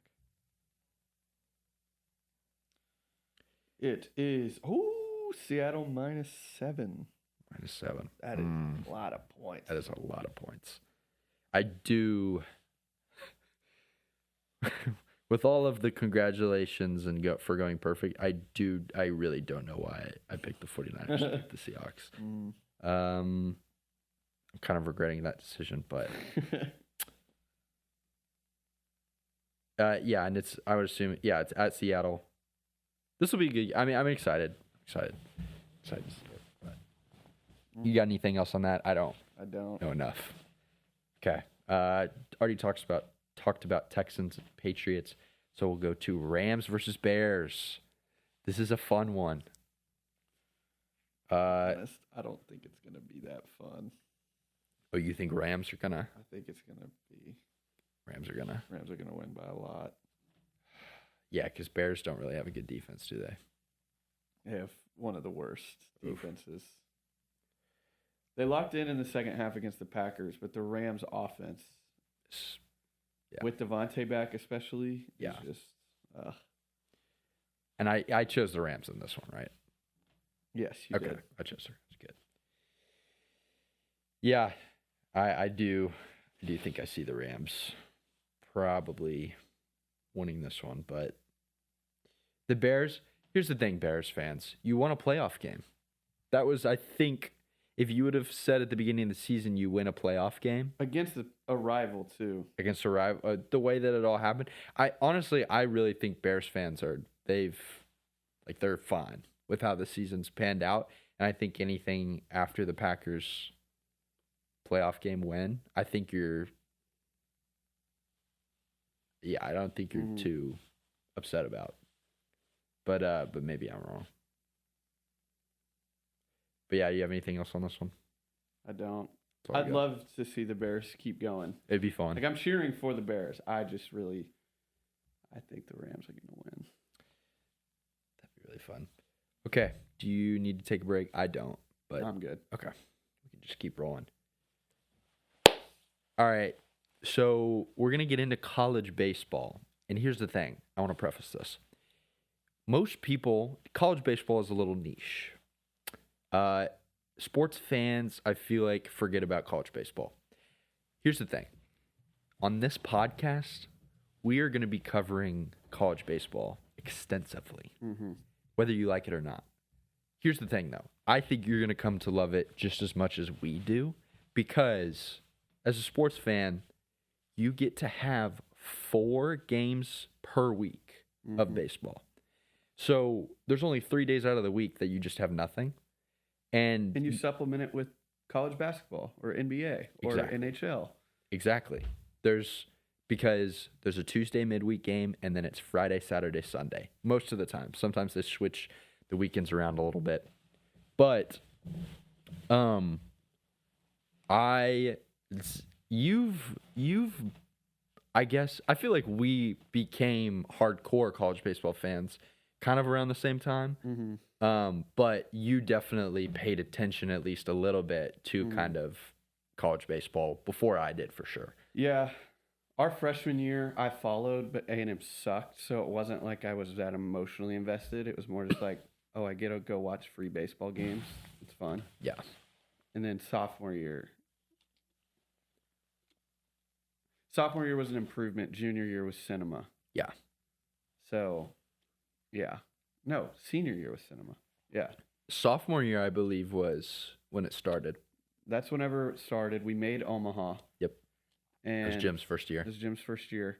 Then we lost to Stanford in the Supers junior year. Yep. Senior year. Cinema. until the end. Yeah. But yeah, we started following closely and really caring, I'd say sophomore year. Yes. I'm going to shout out if we're going to be covering college baseball extensively, if you want people who actually played college baseball, 11.7 podcast on Spotify, that's what I listen to actually like really get in the loop on all that stuff. And once you know what's happening and the players and the people and all that involved, it's so much easier to be fully invested in the sport all season. It also helps if your team is good or has a chance, which is a big reason why I got very, very invested that sophomore, junior, senior year. But yeah, it's really fun to kind of like really get into a niche sport.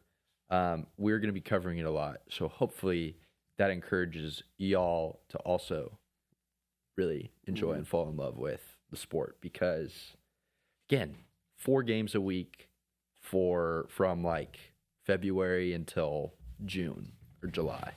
And it's really fun. So D1 baseball, which is kind of really the ESPN of college baseball. They cover the sport extensively. You can buy a subscription to their website and get all the articles and stuff. If you're just getting into college baseball, you're probably not going to do that right off the bat. But they released their top 25 for this upcoming season, and it's probably the most trusted of the rankings, I would say, going into the season. It has the same faults as any preseason ranking where it's like like A&M was number 1 last year. They didn't even make the tournament. So it falls prey to all the same pitfalls as any preseason ranking. But with that being said, here is the top 25 for college baseball this year. Coming in at number 1, we have UCLA. They were in Omaha last year.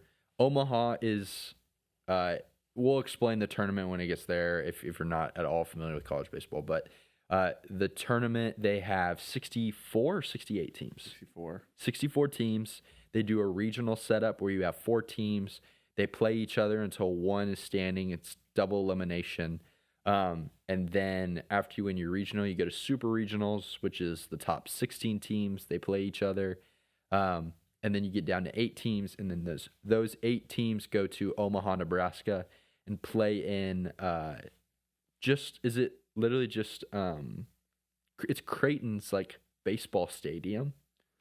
Creighton plays there, but it wasn't built for Creighton. Okay. It was built for the Elite Eight to the national championship. Okay, that's cool. The fact that Creighton gets to play there is crazy because it's a big state. Like it's really nice. It's awesome. It's like right in the middle between like a major league stadium and like a minor league. Yeah, minor league. It's honestly very similar to a minor league stadium. Okay, it's like a high end, like a nice minor league stadium. Yes, you got to go. It feels like Dell Diamond. Okay.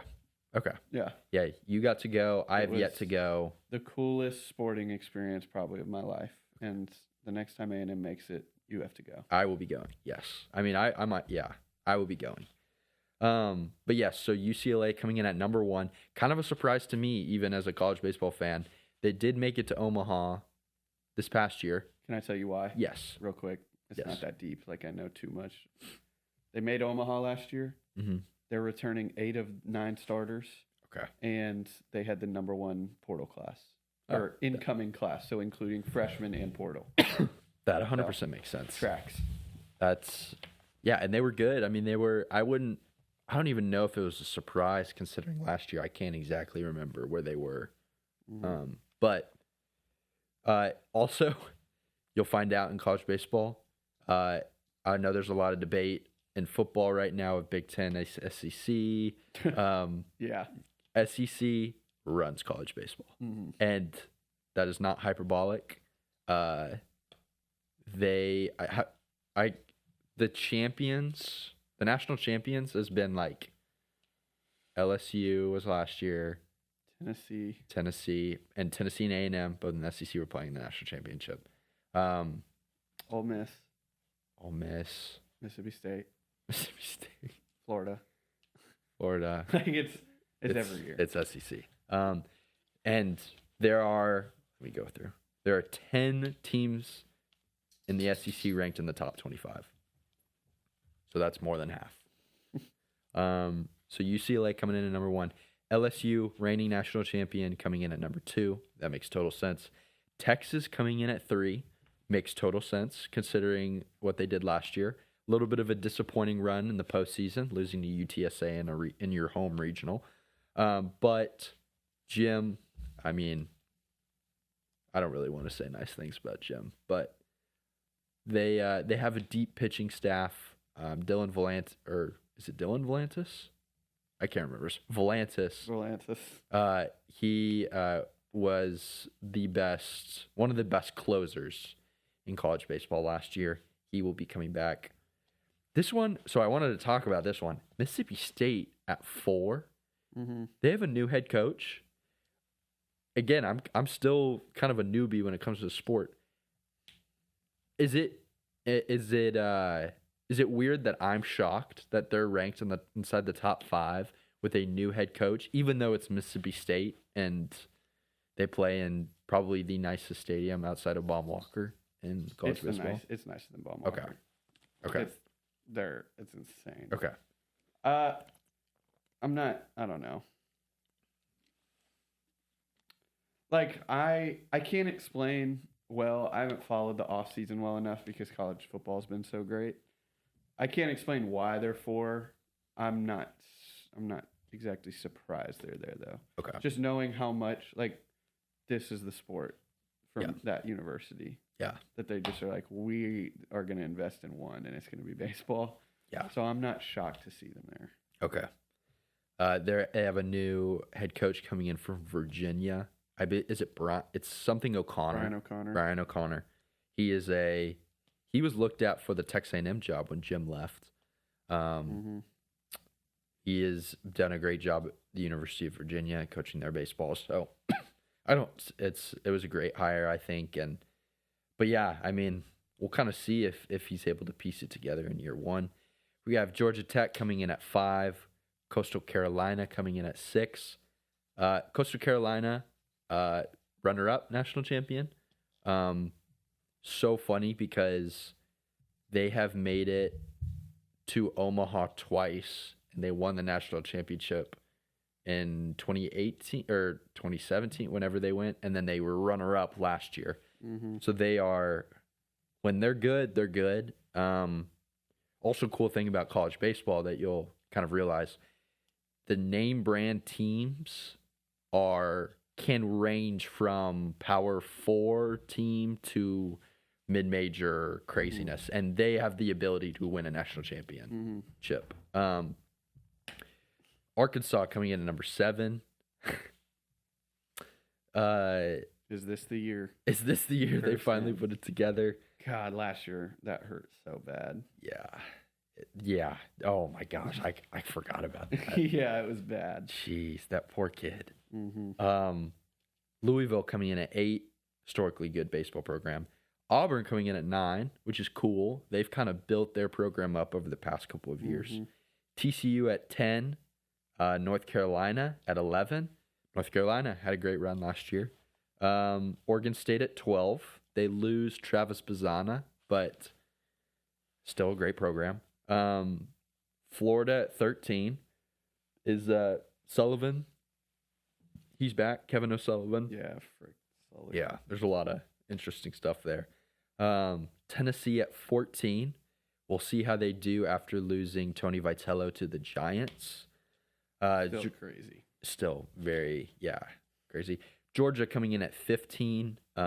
They have really built their program continuously over the years. Florida State at 16. They made it to Supers. Last year they played somewhere. I don't remember last year for them, but I remember they were in Omaha 2 years ago whenever we were there. Yes. That was Cam Smith. Yes. Remember, that's the controversial Florida State game. Florida State, Tennessee, where Mm-hmm. he was out, or he went. Yeah. Yeah. NC State at 17, Kentucky at 18. Kentucky has also really, over the years, built up that program. Clemson at 19. Is Cam Canarella, did he go to the draft? No, he's still there? I believe so. That guy's a beast. Yeah, I think he has to be there still. Now that I'm thinking about it, I feel like he's been there long enough, but because nah, he did get drafted. okay, yeah, Miami. because the Willie Mays overhead catch against Florida, that was cinema. it's one of the coolest college baseball plays I've ever seen. Southern Miss at 20, Wake Forest 21, Wake Forest. Mm-hmm. Number 22, Miami. Number 23, Vanderbilt. Vanderbilt, one of the greatest college baseball programs in the country. That is surprising. I mean, I don't know enough. Again, I haven't followed. I'm going to spend after Monday, after the national championship, is when I'm going to lock in on baseball. But I am too.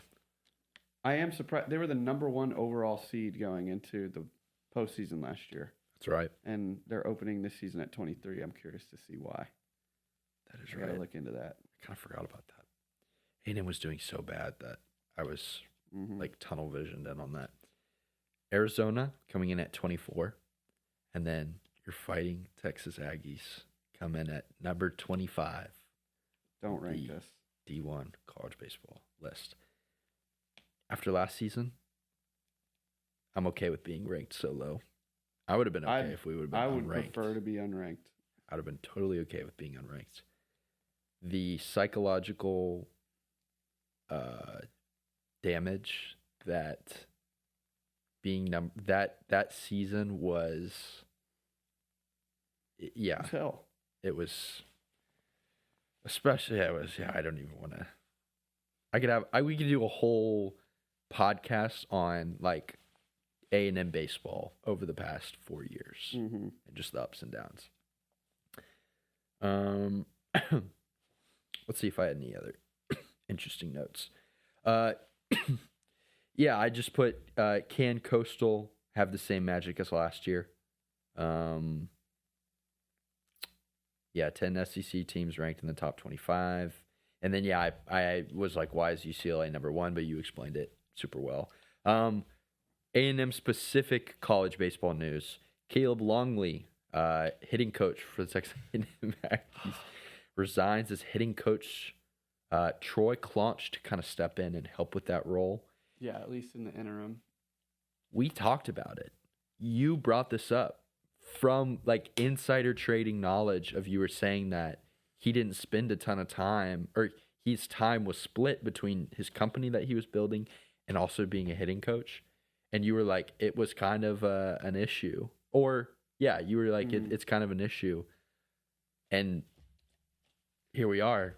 Caleb Longley resigns. He's going to go do that. Smiling through it all. I mean, I think that's probably better. For the best. Because you're going to get a guy in here who's totally focused on just being a hitting coach. And, I mean, that's not even a shot at Caleb Longley. Like, go do your thing. But doing half and half is tough for the team. So makes me so happy. I'm so happy that he's gone. Yeah, he was. We had some hitting issues last year. Let's just say that. Also, Nico Partida named top 50 freshman in the country according to Perfect Game. I'm excited to. Do you think that he'll start?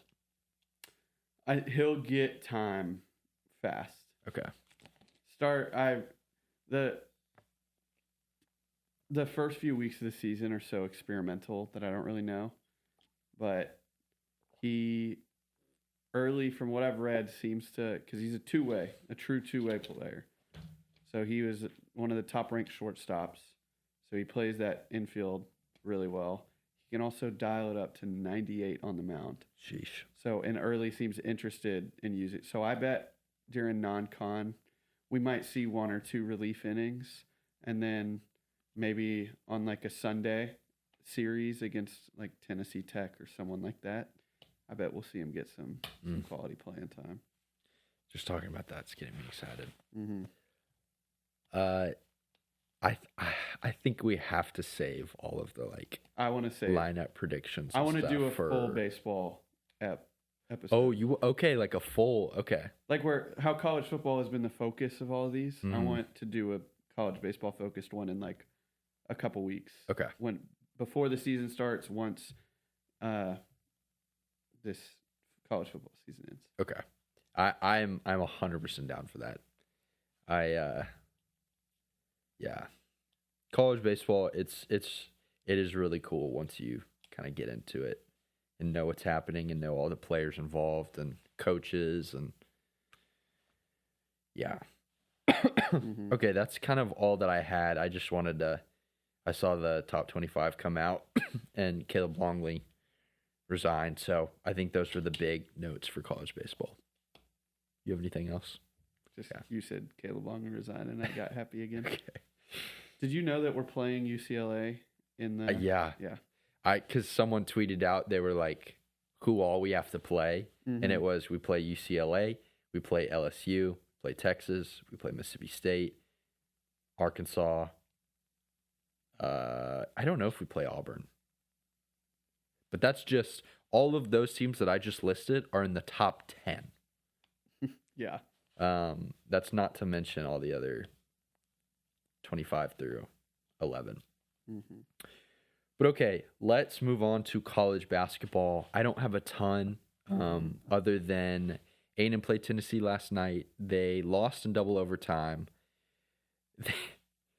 Buzz Williams, if he was still on the staff at A&M and got handed the stat sheet from the game report from this game, I think he legitimately would have he'd have a stroke. Thrown up on the sheet because we got out rebounded. It was like 50 something, maybe 60 to like 20, 28 or 30 ish. It was bad. They said it during the game. I think Tennessee hadn't gotten 50 rebounds in like over 20 years or something like that. Yeah, A&M, I mean, it's a brand of basketball where we shoot the three and yeah, I mean, honestly, they do play and do half-court press because the defense has honestly been solid. These games have not been like in the 90s. It's like this one went to double overtime and it was 80-something to 70-something.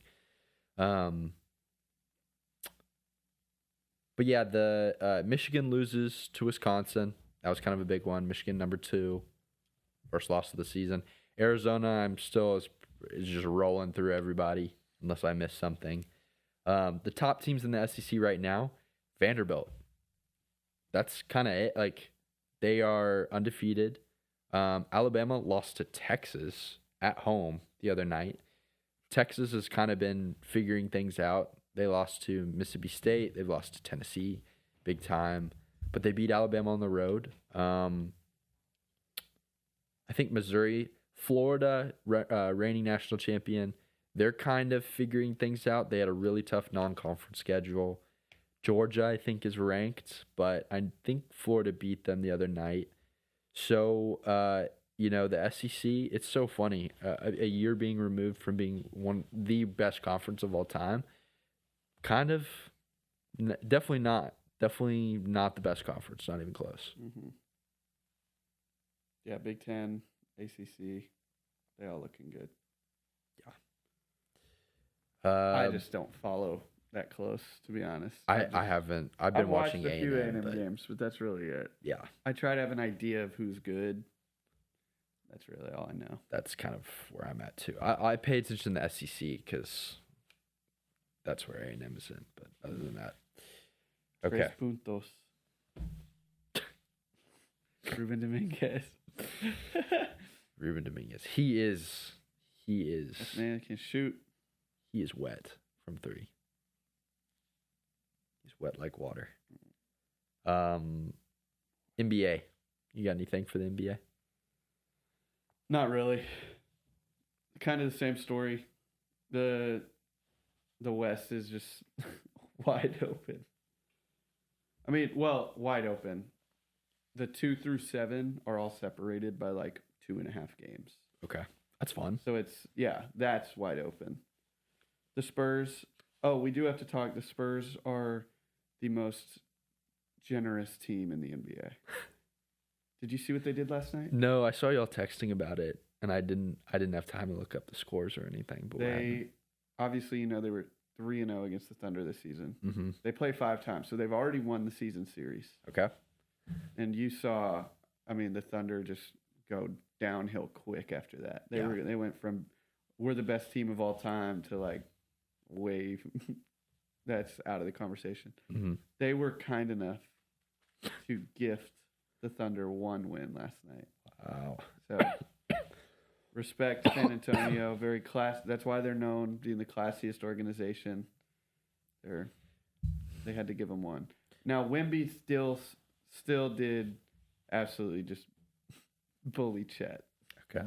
So he couldn't give him that. I think Wemby hates Chet too much to actually let him succeed. Sure. But as a team, they allowed the Thunder to have 1.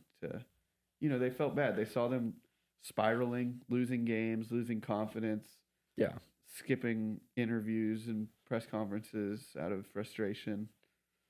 So they had to help them out a bit. It's not fun when it's a lopsided rivalry. Exactly. It's not a rivalry if only one team wins. Yeah. So we want it to be a rivalry. We don't want to see them whine and complain and cry for the rest of the season. So we decided to let them have 1. That's so kind. I know. What? She wants to sit up there. Come on, girl. Yeah. What was the final score? To be honest, I didn't even watch. I don't know. Okay. I saw clips of Wemby dunking on Chet, and I know we lost. That's literally all I know. Nice. I still have yet to choose a team to be. I don't know. I think I gotta wait. I gotta wait for the right time, for the right team. I'm waiting to see if there are any new teams that get created. You know what I mean? Mm-hmm. New market teams. What if Austin could get 1 professional team from a sport? Which sport would you? Baseball. I think that would work well without. It would work well. I think that they would be able to fill enough seats here in Austin. Because baseball, I could actually see that legitimately. Football, I don't know. I don't think it'll. Economically, I don't know. Obviously, for me, that would be so cool. Mm-hmm. Basketball would also be very cool. Mm-hmm. But baseball, that would be really cool. Okay. If you've got no more on NBA, I will talk about Milan. So first and foremost, I need to talk to the CEO of Paramount Plus real quick. Mm-hmm. Mr. CEO, I pay you good money, hard-earned money, so that I can watch my soccer games. That's the garage door. I have tested this out. I click on any other live game, any other show, all of it works. Whenever I click on an AC Milan game, it gives me a fatal error, and it won't allow me to watch the game. This problem, I thought it was just going to be like a couple-day problem. It's been like a 3-week problem. I unsubscribed from your platform, and I don't know if I'm going to resubscribe. But I guess I could try to see if that fixes it. If it doesn't work, I mean, I don't know what to do here. I don't know how I'm gonna watch my games. So with that being said, I have not been able to watch an AC Milan game for quite some time. So I've been following more box score stuff. I know we are second in Serie A. I think Pulisic still continues to be great. Rafa, I've seen, has netted a couple goals over the past couple games. I believe the last 2 games have been ties. But before that, we had a couple wins. I think we beat Napoli. I don't know if it was in conference or in regular season play or if it was like Coppa Italia or something. But we still, I mean, we're top 4. So I forget how long the season goes, I believe until it's either like March, April, I think. So, I mean, we just have to continue to do well enough to get into Champions League.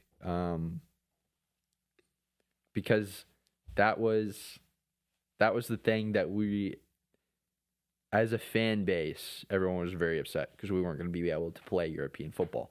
And that's where the expectations are with this club, with the money that comes in, with how historically significant AC Milan is to European football. So, Paramount Plus, let's figure it out. Maybe give me a little bit of money back. Mm-hmm. So I can watch the games. But we still are rolling, still doing good. The Rossoneri is still alive and well. That's all I got on AC Milan. I did find out that 18 through 20 of the Premier League get relegated, so Burnley's cooked. I mean, there's still plenty of season left. There are 3 and 14, I believe. I'm sorry, what? And they're still not last. Hold on. I'm sorry, what? 3 and 14. They are. What the heck? 3, 4, and 14. But they're not last because last place is 1, 4, and 16.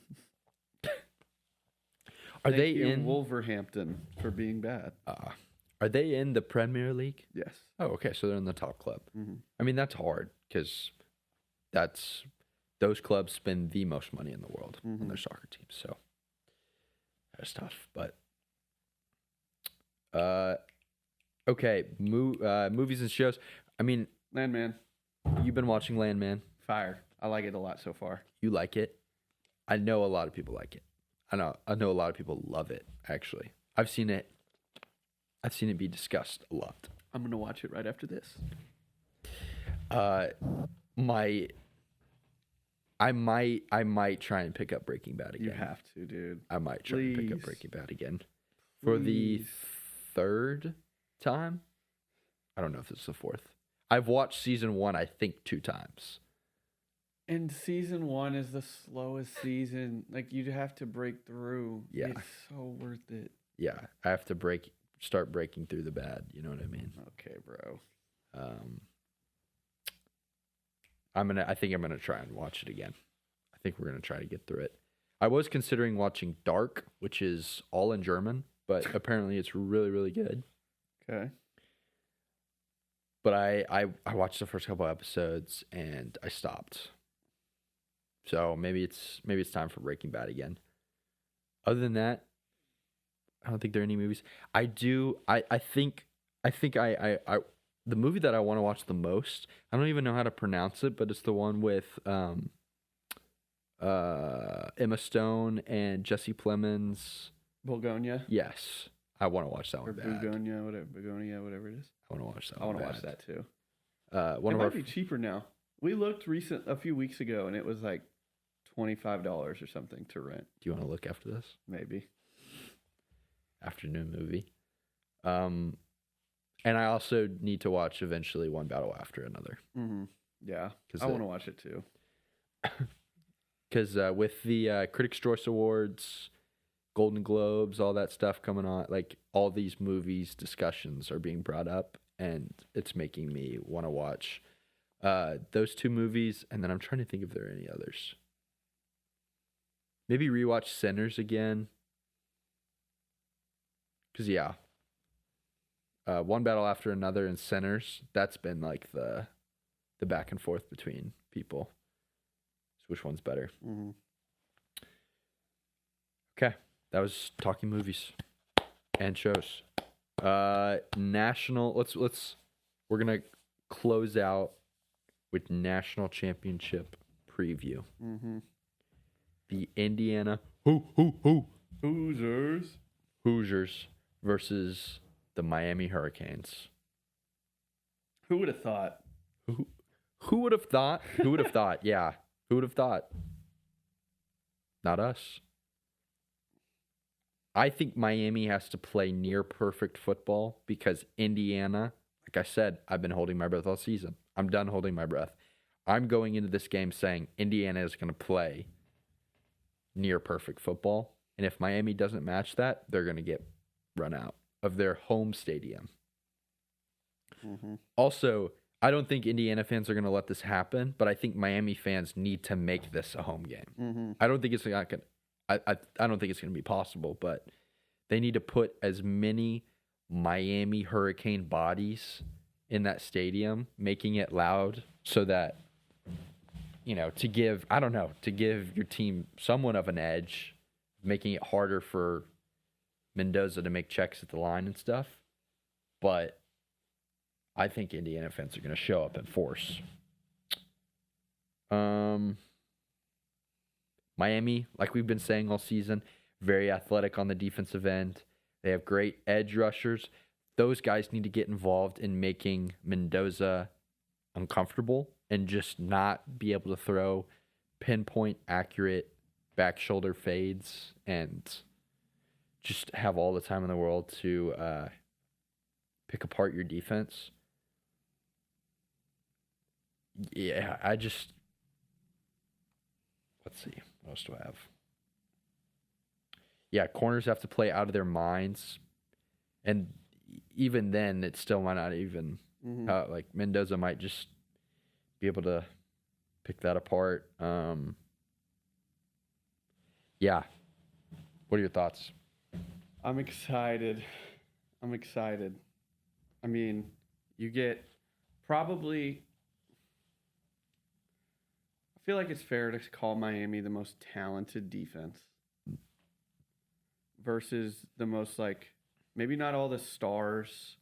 You don't have, you have the Heisman, obviously, but you don't have, Biletnikoff. You don't have, I don't know. It's just the most talented defense versus the most perfectly executed offense. Yeah. Led by a very, very good quarterback. I'm excited to see that. And then Indiana's defenses look great, but Malachi Toney he's just used in such a unique way. I mean, not unique, no one else plays that style, but it's not just the typical conventional wide receiver one. Yeah. So I'm sure they'll mix things up a bit, get him involved in some ways that'll be entertaining. But I'm excited. Yeah. I'm really excited. I want it for Indiana so bad. Yeah. So bad. This might be a bad comparison, but it's like Tom Brady versus Aaron Rodgers, where Tom Brady, the things that make him great are just consistency and discipline. Where Aaron Rodgers, there's always been this, the potential. I guess taking away, what I'm really saying is just Indiana's the not perfect. They're the best team. They're the best team. Mm-hmm. They, you talk so much of you get a raw talent and it's well, if we could develop him, he could be good. Indiana, it's they already been developed, already reached the max. The production has just been every single game. Faced Illinois, 63 points. Beat Oregon at home by 10 with a pick 6. Beat Oregon in the playoffs. Absolutely slept them in the first half. Alabama, all the stars, all the players, they have all this. Boom, knockout punch in the rose. It's just been, and on both sides of the ball, it's Alabama scored 3 points, Oregon scored 15 points, barely. It's been incredible to watch, and I don't expect it to change. I think Miami actually has to go out and take the game away from them. It's not going to be a finally Indiana shows the weakness. No, they're going to play beautiful football, and Miami just has to take it away from them, whether, by scoring more points and making plays, sacking Mendoza, making him feel uncomfortable, that sort of stuff. It's just not going to be, they're going to go out and drop a goose egg, and yeah. Mm-hmm. Yeah. Do you know the line? I don't. Yes. Let's say Indiana by 3. Indiana, 8.5. I have Indiana winning the game. I do too. And I really, really hope this one's right. I have Indiana winning the game. I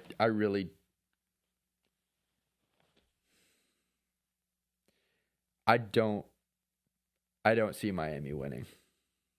They can win, but I think Indiana's going to win. Mm-hmm.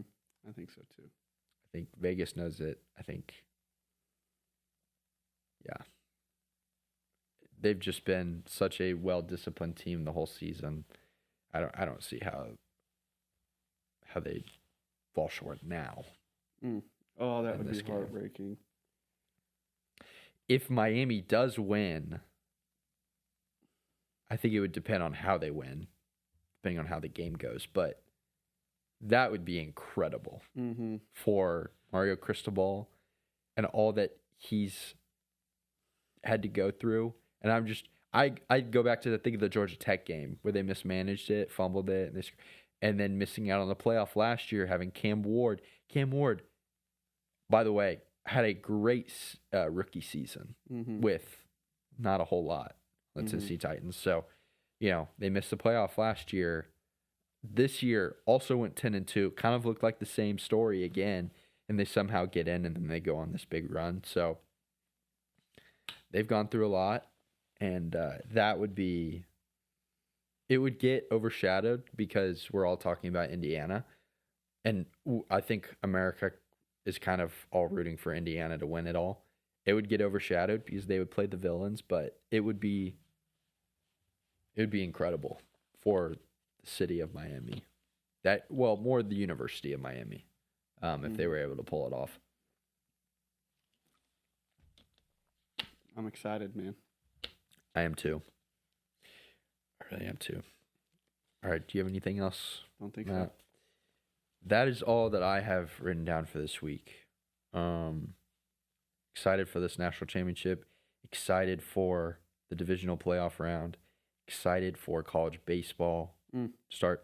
And honestly, Bucky McMillan is making me excited for a potential March Madness berth. So yeah, there's a lot of good sports coming our way. That's gonna do it for us for this week. Thank y'all for listening. We will be back again next Wednesday. And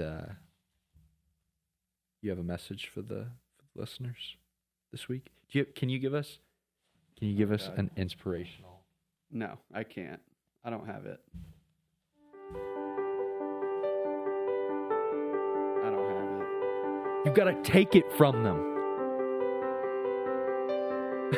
You gotta teach me. You're the inspo guy. On the fly? Yeah.